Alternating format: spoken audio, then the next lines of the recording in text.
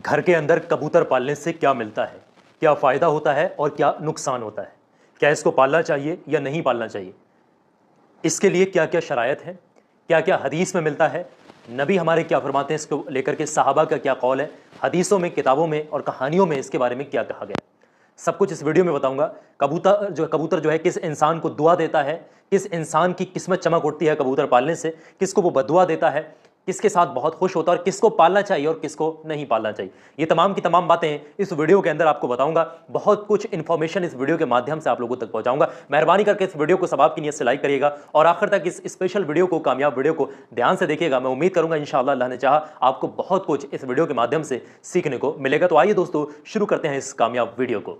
तो प्यारे दोस्तों, सबसे पहली चीज़, हज़रत नूह अलैहिस्सलाम ने इस परिंदे के लिए, सलामती के लिए जो है दुआ फरमाई है। ये वो वाहिद परिंदा है।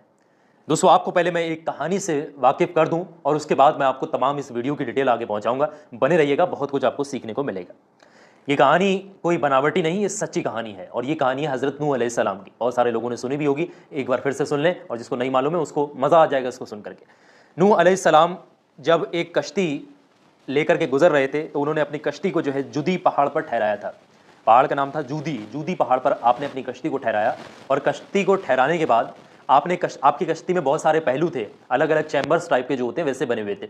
एक पहलू ऐसा भी था उस कश्ती का जिसमें परिंदे रहा करते थे, परिंदे बैठा करते थे, परिंदे रहा करते थे। आपने सबसे पहले जूदी पहाड़ पर अपनी कश्ती को ठहराने के बाद में उस पहलू को खोला जिसमें परिंदे बैठा करते थे।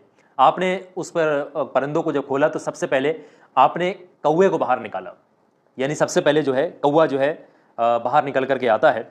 अब हज़रत नूह अलैहिस्सलाम को रूहे ज़मीन पर परिंदों को भेजना था खबर के लिए कि ये पता करा जाए कि रूहे ज़मीन पर जाने लायक अभी सिचुएशन है, वहाँ पर पानी जो है ख़त्म हुआ है या नहीं हुआ है, क्योंकि हज़रत नूह अलैहिस्सलाम पानी में जो है सफ़र कर रहे हैं अपनी कश्ती के ज़रिए से। अब आपने कौवे को जब बाहर निकाला और कौवे को हुक्म दिया तो कौवा जाता है रूहे ज़मीन पर। जाने के बाद वो देखता है वहाँ पर एक जो है मरा हुआ जानवर उसको पड़ा हुआ दिख जाता है, तो वो वहाँ पर ठहर जाता है कौवा और फिर वो उसका गोश्त जो है नोच नोच कर खाने लगता है और फिर वो वापस आना ही भूल जाता है, यानी कि वो हज़रत नूह अलैहिस्सलाम के पास वापस नहीं आता है। इस तरीके से ये पहली किस्सा में मिलता है।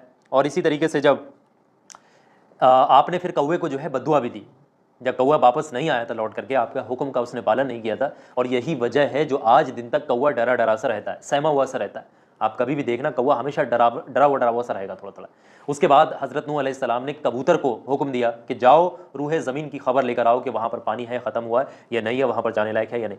तो जब आपने कबूतर को हुक्म दिया और कबूतर आपके हुक्म के मुताबिक रूहे ज़मीन पर जाता है, जाने के बाद में वो उस हिस्से को नहीं तलाश पाता है जहाँ पर कि पानी ख़त्म हुआ है या नहीं, वो उस हिस्से को नहीं तलाश पाता।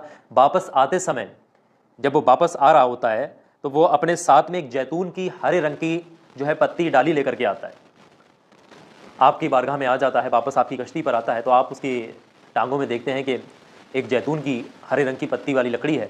तो उसको देखकर आपको अंदाज़ा होता है कि ज़मीन पर पानी अभी सूखा नहीं है, पानी कम ज़रूर हुआ है, पेड़ पौधे जो है ऊपर से दिखने लगे।